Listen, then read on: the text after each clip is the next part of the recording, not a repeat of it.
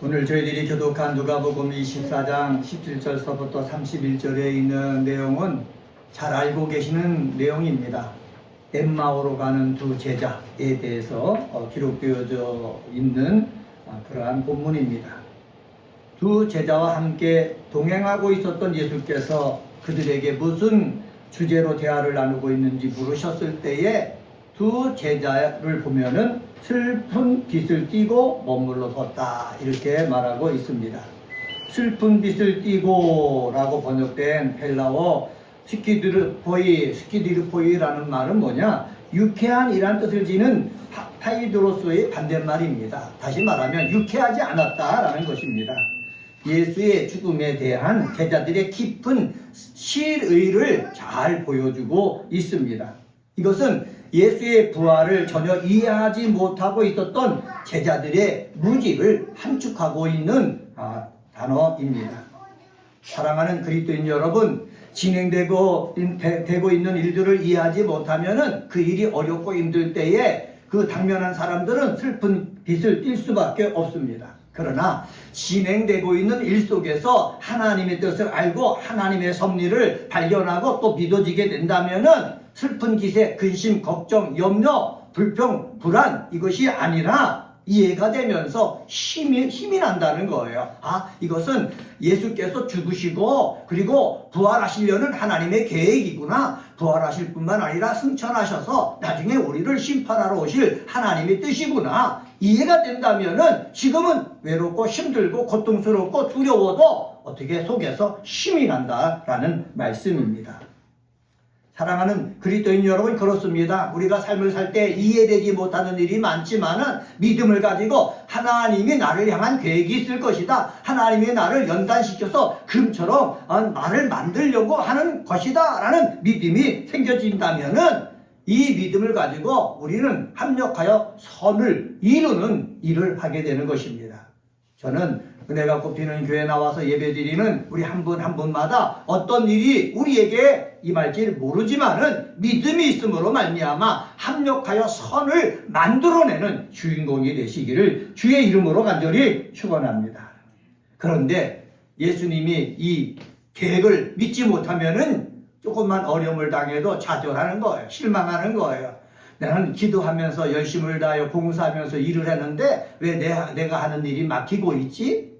나는 하나님 앞에 찬양하면서 충성을 다하고 있는데 왜 내 몸에 이런 병이 생겨갖고 고통스럽지? 나는 예수의 마음을 가지고 베풀려고 하는데 왜 주변에 악한 사람들이 많아서 나를 갖다가 왜 힘들게 하지? 이렇게 하면서 나를 단련되는 것이 아니라 좌절하고 만다는 거예요. 좌절하게 만드는 것은 누가 하는 짓입니까? 마귀가 하는 짓이에요. 예수님은 요한복음 10장 10절에서 이렇게 말씀하셨습니다. 내가 온 것은 양으로 생명을 얻게 하고 더 풍성하게 하려 하심이라. 그런데 도둑이 오는 것은 도둑질하고 죽이고 멸망시키려는 것뿐이다 라고 말씀했거든요. 그래서 우리가 우리의 삶을 되돌아보면서 내 삶이 망해져 가고 있는가? 내 삶이 황폐해져 가고 있는가? 그러면 그것은 마귀가 하는 짓이고 내 삶이 힘을 내서 풍성한 열길로 가고 있다. 그거는 예수님께서 역사하시는 것이다 라고 보면은 우리가 틀림이 없습니다. 자, 다시 본문으로 돌아가서 엠마오로 돌아가고 있는 두 제자에게 나타나신 우리 부활하신 주 예수님께서 19절 상반절에 보니까 뭐라고 말씀하셨느냐? 무슨 일이뇨? 하고 묻습니다. 예수님이 몰라서 이런 물음을 하신 것이 아닙니다. 예수께서 글로바에게 허심탄회하게 이야기할 기회를 주시고자 이런 표현을 사용한 것입니다. 아울러 이와 같은 문제제기는 예수께서 제자들로 하여금 전반적인 자신의 상황을 다시 한번 점검해 보도록 하기 위해서 무슨 일이뇨? 물어보신 것입니다. 그리고 무슨 일이뇨? 라고 물어보신 것에는 바로 뭐냐? 제자들이 생각이 잘못되었다면은 이 생각을 바로잡기 위한 그 의도를 가지고 질문하신 것입니다. 우리는 이 질문을 가지고 오늘 제목을 잘못된 것을 바로잡아 새 출발시키시는 부활의 주 예수 이렇게 정하고 함께 은혜를 나누겠습니다. 한번 따라서 해봅시다. 잘못된 것을 바로잡아 새 출발시키시는 부활의 주 예수. 우리 예수님이 좋은 것이 무엇입니까? 베드로가 예수님을 3번 부인했습니다. 그러면 예수님은 나타나가지고 너 나를 부인했지, 자신만만했는데 부인했지 하고 베드로를 버린 것이 아니라 베드로에게 나타나서 네가 나를 사랑하느냐 물으시고, 그리고 사랑한다고 그러면은 베드로를 용서하시고 새롭게 출발할 수 있도록 기회를 주시는 예수님이신 것을 우리는 성경을 통해서 찾아볼 수가 있습니다. 예수님만 그렇습니까? 아닙니다. 많은 사람들이 그렇습니다. 제가 전에도 요한복음 8장에 가늠하다 현장에서 잡힌 그 여인, 예수 앞에 끌려온 여인에게 예수님께서 말씀하셨습니다. 너를 돌을 들어 치려는 자가 있느냐? 없습니다. 나도 너를 정죄하지 않으니까는 다시 가서 이런 죄를 짓지 말라. 다시 기회를 주어서 새 출발시키시는 누구를 알 수 있어요? 예수님을 알 수가 있다는 거예요. 예수님은 우리를 위해서 십자가에 달려 죽으셨는데, 부활하셨는데, 죽으시고 부활하신 것은 바로 뭐냐? 우리의 잘못된 것을 바로 잡아가지고 새 출발시키기 위한 것이다 라는 사실 꼭 기억하시기를 주의 이름으로 간절히 축원합니다. 목사도 잘못할 때가 있어요. 사랑하는 그리스도인들도 잘못할 때가 있어요. 잘못으로 인생 망가지지 말고 예수님의 은혜 속에 들어가서 새롭게 출발할 수 있는 기회를 만든다면은 하나님의 뜻이 하늘에서 이룬 것처럼 저와 여러분을 통해서 이 세상에서 그 뜻이 이루어질 것입니다. 자, 그러면은 우리 엠마오로 가는 사람들이 왜 엠마오로 갔습니까? 예수님이 십자가 달려 죽으셔서 무덤에 묻히자 왜 엠마오로 갔습니까? 이들은 예수님의 말씀보다는 자기 생각을 중심으로 예수를 따랐기 때문에 그렇습니다. 예수님과 함께 3년의 생활을 지냈지만은 예수 말씀 중심으로 따라야 되는데 자기 생각, 자기 경험을 가지고 예수님을 따랐기 때문에 이런 일이 벌어졌다는 거예요. 그래서 부활하신 예수는 자기 생각으로 예수를 따랐던 것을 바로잡기를 원하십니다. 한번 따라서 해봅시다. 내 생각으로 예수 따랐던 것을 바로잡기를 원하십니다.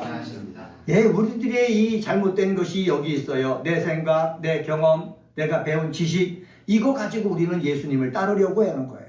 교회 나와서 기도하고, 교회 나와서 봉사하고, 교회 나와서 하나님 앞에 예배 드릴 때에 예수의 말씀 중심으로 가지고 나와서 예배 드려야 되고, 기도해야 되고, 그리고 내가 섬기는 역할을 해야 되는데, 누구 생각을 가지고 한다고요? 자기 생각을 가지고 한다는 거예요. 자기 경험을 가지고 한다는 거예요. 이거 잘못되었다는 거지요.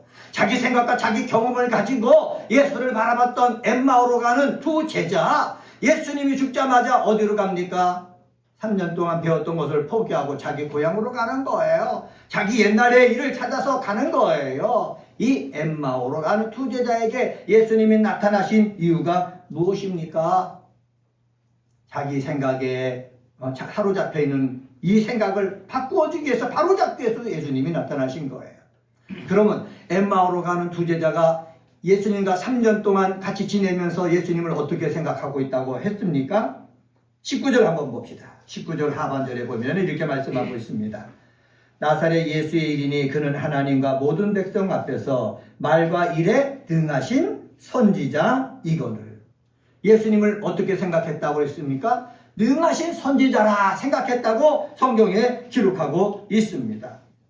여러분, 예수님은 능하신 선지자였습니까? 유대인들이 고백했던 것들이 능하신 선지자라고 고백한 것을 알 수가 있습니다. 요한복음 4장에 보면은 수가성의 여인을 예수님이 만나 주셨습니다. 예수님을 만나서 은혜를 받은 이 수가성 여인이 동네에 가서 복음을 증거하는데 뭐라고 증거한 줄 아십니까? 내가 보니 선지자로소이다. 내가 보니 선지자로, 예수님을 향해서 선지자라고 한 거예요. 그리고 동네에 가서 내가 선지자를 만났다, 이렇게 전한 것입니다. 이것을 보고 예수님은 요한복음 4장 44절에 뭐라고 말씀하느냐? 선지자도 고향에서 높임을 받지 못한다 말씀하셨습니다. 선지자라고 말한 것을 예수님도 이해하셨다라는 거예요. 요한복음 9장에 보면 날 때부터 소경된 자가 예수의 고침을 통해서 눈의 시력을 회복했거든요. 바리새인들이 묻습니다. 누가 너를 이렇게 치유해 줬느냐? 그랬을 때 이 맹인으로부터 눈뜬 자가 이렇게 얘기했습니다. 선지자니이다. 예수님이 선지자라고 얘기했다는 거예요. 당시 유대인들이 예수를 뭐라고 얘기했다고요? 메시아가 아니 그냥 선지자라고 얘기한 것입니다. 그러니까 그 당시 유대인들이 보고 있는 예수에 대해서 3년 동안 예수님을 따라다니던 이 두 제자도 똑같이 뭐라고 고백하고 있다고요? 선지자라고 고백하고 있다는 것입니다. 예수님은요, 이 고백에 만족지 않으셨습니다. 누가복음 9장 18절서부터 20절에 보면은 예수님이 제자들과 함께 가이사랴 빌립보 지방을 여행했을 때, 그때 예수님이 물어봤습니다. 사람들이 나를 누구라 그러느냐? 그랬을 때 제자들이 대답했습니다. 선지자라고 그러나이다. 에레미야나 엘리야나 선지자 중에 하나이다. 그러면 너희는 나를 누구라고 그러느냐? 그랬을 때 베드로가 주는 그리스도시요 주는 하나님의 그리스도십니다. 이렇게 고백을 했습니다. 누가복음 9장 20절에 보면은 베드로가 하나님의 그리스도이다 라고 말을 했으면은 이 고백이 계속해서 이어져야 되는 것 아닙니까? 그런데 이 엠마오로 가는 두 제자가 예수님이 십자가를 죽으시고 무덤에 갇히시자 뭐라고 그랬어요? 하나님의 그리스도라고 고백하지 않고 그냥 능하신 선지자다라고 고백했습니다. 이 두 제자는 예수의 메시아 되심을 어떻게 해요? 충분히 이해하지 못했기 때문에 그렇습니다. 이런 사람이 두 제자만 그렇습니까? 아니에요. 예수님의 말씀을 듣고 권세 있는 말씀을 듣고 예수님이 귀신 쫓아내는 그 치유의 현장을 보고 병을 고치는 현장을 보면서 배운 이 두 제자도 이렇게 예수에 대해서 어떻게 충분하게 이해하지 못했는데 오늘날 성경 보고서 설교 말씀 듣고서 믿음 생활하는 우리들은 어떠냐 말이죠. 우리들도요. 두 제자처럼 충분히 예수를 이해하지 못하고 내 생각대로 내 경험대로 내 지식대로 얘기할 때가 너무나 많거든요. 사랑하는 그리스도인 여러분, 이런 것에서 우리는 자꾸 벗어나려고 해야 되는 것입니다. 내 경험, 내 지식이 전부가 아니에요. 성경 말씀을 통해서 우리에게 가르쳐 주신 것을 우리가 받아들이고 그리고 성경이 나에게 말씀하신 그대로 우리는 뭐 하려고 해야 되는 것입니까? 말하려고 해야 되는 것이에요. 21절 한번 봅시다. 이 두 제자는 또 뭐라고 했는지 21절 말씀을 같이 한번 읽습니다. 21절입니다. 시작. 우리는 이 사람이 이스라엘을 속량할 자라고 바랐노라. 우리는 이 사람이 이스라엘을 어떠할 자라고요? 속량할 자라고 바랐다라고 말씀했습니다. 여기서 속량할 자다라고 되어 있는데 이것은 우리는 영적인 의미로 우리의 모든 사람의 죄를 깨끗하게 씻어주시고 자기 몸을 대신 주고 씻어주실 분이라 이렇게 믿고 있는데 제자들은 영적인 의미로 해석하지 않고 로마의 권세로부터 우리를 벗어나게 해줄 그러한 메시아다 이렇게 여겼다는 거예요. 예수님이요 로마라는 강대국으로부터 해방시키게 오셨다면은 목수의 아들로 태어나지 않으셨을 거예요. 가장 가난한 낮고 천한 곳으로 나오지 않으셨을 거예요. 권력 있는 자 밑에 나와가지고 큰 권력을 가지고 싸워서 우리를 갖다가 이 유대인들을 해방시켜 주셨을 거예요. 그런데 가장 낮은 곳에 오셨거든요. 가장 낮은 위치에 있는 그곳에 와서 그곳에서 살으셨거든요. 이 제자는요 잘못 이해하고 있는 거예요. 예수님은 힘을 가지고 힘으로써 자기의 모든 문제를 해결할 줄 알았거든요. 그런데 예수님은 힘을 가지고 문제를 해결해 주시러 오신 것이 아니라 하나님의 뜻대로 이 온 세상에 있는 사람을 영적으로 해결해 주기에 오셨다라는 사실입니다. 그래서 우리는 이 세상 삶을 살 때에 내 생각으로 정말 붙잡혀갖고 믿음 생활하는 것이 아니라 예수님의 말씀, 예수님이 나를 바로잡아 주시는 그 말씀을 붙잡고 삶을 살아나갈 때에 정말 하나님 앞에 영광이 되어진다라는 사실 우리가 확신해야 되는 것입니다. 두 번째로 잘못된 것을 바로잡아 새 출발시키는 부활의 주 예수인데 예수님의 부활하신 예수님께서 예수의 부활을 어떻게 온전하게 믿지 못하는 그런 사람들이 빈 무덤에만 관심 갖고 있는 것이 안타까우셨어요. 한번 따라서 해봅시다. 빈 무덤에만 관심 갖고 있는 것을 안타까워하셨다. 그래서 예수님은 빈 무덤에 관심을 두고 있는 것을 바로잡기를 원하신다는 거예요. 여자들도요 안 씻고 첫날 예수님 무덤만 찾아갔지요. 뭐에 관심이 있었습니까? 예수님의 부활에 관심이 있는 게 아니에요. 예수님이 가르치신 나는 내가 고난을 능력을 받고 내가 죽은 지 사흘 만에 다시 살아나리라, 이 말씀에 관심 갖고 무덤에 찾아간 것이 아니라 죽은 예수의 몸에 향유를 받으려고 찾아가신 거예요. 죽은 자의 몸을 갖다가 더 향유를 바르기 위해서 찾아가신 거예요. 그런데 가보니까는요, 무덤이 비어있는 거예요. 무덤 문이 열리고 무덤이 비어있는 거예요. 그래서 이 여인은 예수의 시체를 찾으려고 예수의 시체를 돌려달라고 그렇게 얘기를 했습니다. 여인의 얘기를 듣고요, 두 제자가요 어디겠습니까? 빈 무덤에 찾아갔죠. 그들의 눈에도 뭐가 보였습니까? 빈 무덤이 보이는 거예요. 23절, 24절 여기 보면은 두 제자 및 그들과 함께한 사람들이 혼비백산한 이유를 설명해 주고 있는데, 23절에는 예수의 시체가 없고 빈 무덤만 있었기 때문에 그렇습니다. 자신의 예측을 어떻게 뒤집는 일이 계속해서 발생하는데 대해서 크게 당황했다라는 것입니다. 중요한 것은요, 예수님의 무덤이 비어 있는데 예수님의 부활에 대해서 어떻게 연관 지으는데 신경을 안 쓴 거예요. 예수님이 가르쳤음에도 불구하고 그 가르침을 기억하지 않고 예수님이 무덤이 비었다 그러면 예수님이 말씀하신 대로 부활하셨겠구나, 여기에 관심을 갖고 신경 써야 될 텐데 관심 갖고 신경을 쏟지 않은 거예요. 왜 그렇습니까? 그들에게는요, 죽은 자의 부활이란 상상조차 할 수 없는 일이기 때문에 그렇습니다. 이처럼 부활을요 불신하던 자들은 예수를 만나고 이후에 예수의 부활의 증인이 되었습니다. 부활의 증인이 된 우리 제자들은 초대교회 박해 속에서도 예수 부활을 증거하다가 목숨을 잃었습니다.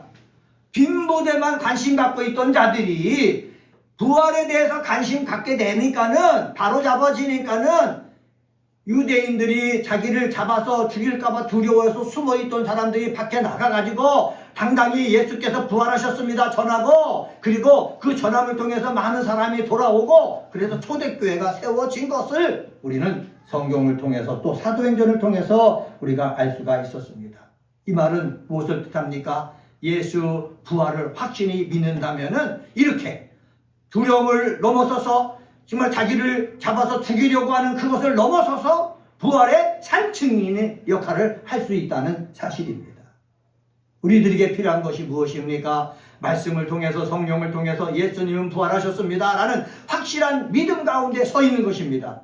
예수께서 부활하셨다는 확실한 믿음 가운데 서 있다면은 우리는 우리 삶 속에 정말로 놓여있는 많은 역경들, 어려움들을 넘어서서 이겨내서 예수 부활을 증거할 수 있는 믿음의 사람이 되어질 수가 있습니다.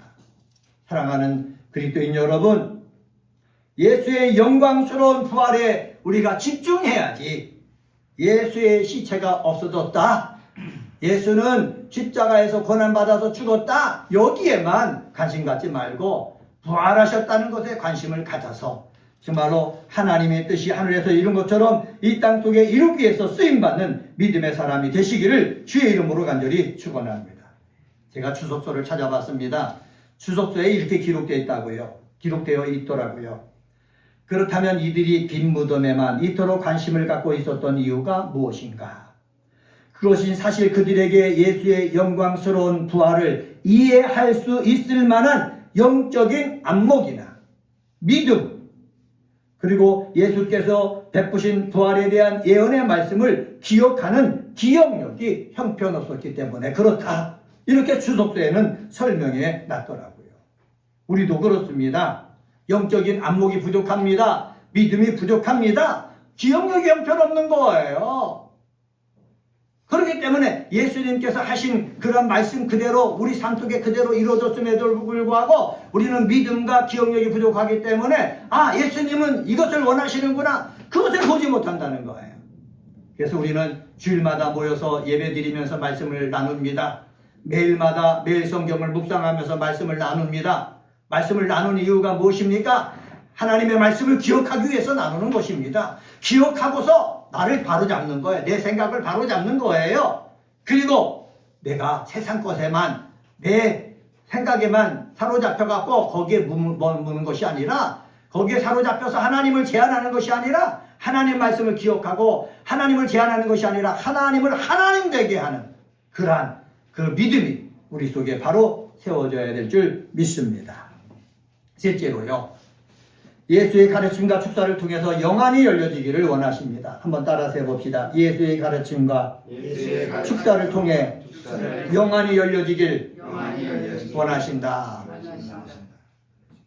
엠마오로 가는 두 제자, 예수의 말씀을 기억하지 못하고 시리에 빠져서 가는 두 제자, 자기 생각대로 되지 않는다고 해서 가는 두 제자, 제가 만약에 스승이었다면 내버려뒀을 겁니다. 너 같은 사람이 내 제자가 되어서 무슨 일을 할 수 있을 것이냐 하고 포기했을 거예요.